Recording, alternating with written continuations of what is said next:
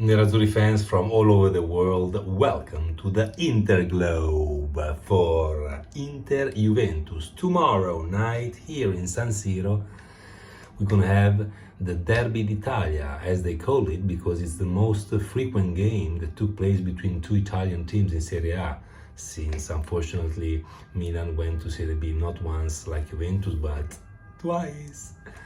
And here we are talking about other teams after the Champions League draw as well. What's gonna happen? How happy am I? You know why I'm very happy? Because I can dream. If we took Bayern or Real or Chelsea, there would be no space to dream, you know, because it would be like a 90% chances on their side to pass.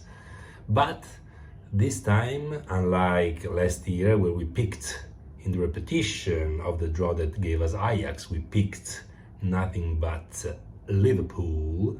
This year instead we've been luckier because at least with Benfica we can play the game. We have a 50-50 chance, I believe, to pass and to go through the semi-final.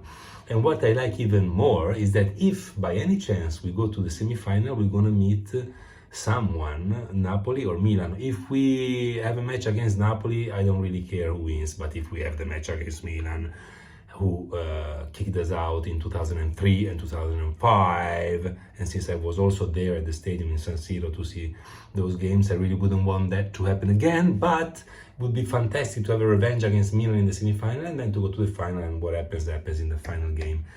Obviously, we are going to be the underdogs over there. We would be the underdogs. But, you know, as you can see, it's nice to think about it. It's nice to dream. And all of this happened because of a lucky draw that we had. We have to admit it. But now, talking about the title, let's hocus pocus. What do I mean by that? Hocus pocus is what you usually say when you make a magic trick. And the magic trick we have to make is to focus, because we are masters in not focusing on a game after a great performance. The swinging Inter, after the swinging London, we have the swinging Inter. All the way up and down, every game doesn't build any consistency. This time I hope that we will be able to focus instead. To focus, you know, even if we have some players who are not in their best shapes and some who are even injured, like Bastoni, Skriniar and Gosens. It's, you know, three big names in our defense lineup that are missing. And so this is going to have an impact on the game for sure. Where should we take this focus from?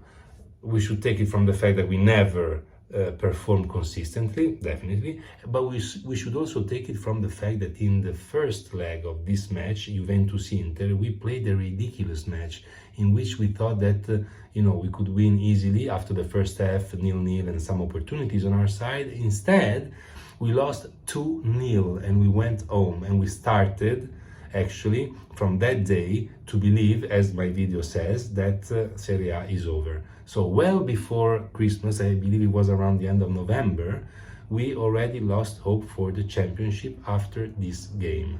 So we do need to get a revenge on that. Since Juventus, as we know, doesn't have a fixed scheme, yeah, we talk about 3-5-1-1, but players are pretty much free to do anything they want. This is their weakness on one side, because, you know, they don't have a game, they don't have a style, they don't have a personality. They're kind of a schizophrenic team that plays and performs depending on the individual performance of the players. And above all of them, we know that there is Di Maria. But you know, this weakness is also a strength, because they are unpredictable. So it's not really easy to prepare a game against Juventus, I believe. What's sure is that there are going to be a lot of duels, and we gotta win them. One of these duels that I believe is kind of disbalanced on our side is Çalhanoğlu-Locatelli, because I believe Chala is a master and Locatelli is an overvalued player. Another important game will be the one between Dumfries and Kostic. Kostic, I've seen Juventus a few times this year, is a very good player. I really like him. He's technical, he's fast, he's focused, a bit the opposite. No, not the opposite of Dumfries. Dumfries is fast as well. He's not very focused and he's not very technical when it comes to crossing the ball or to even score. So I think in this sense, this key duel after Locatelli-Ciala that was on our side. I think it will be on their side. And then we have another key duel that I want to focus on, which is Barella-Rabiot. The first half last year, Barella didn't see the ball. So I do expect him to step up and show Rabiot who's the boss in midfield. So this is important. And believe it or not, there's another important and interesting duel in midfield between Mkhitaryan, who is playing, I don't know, the 21st game in a row without stopping at 33. I don't know how he makes it, how he does it.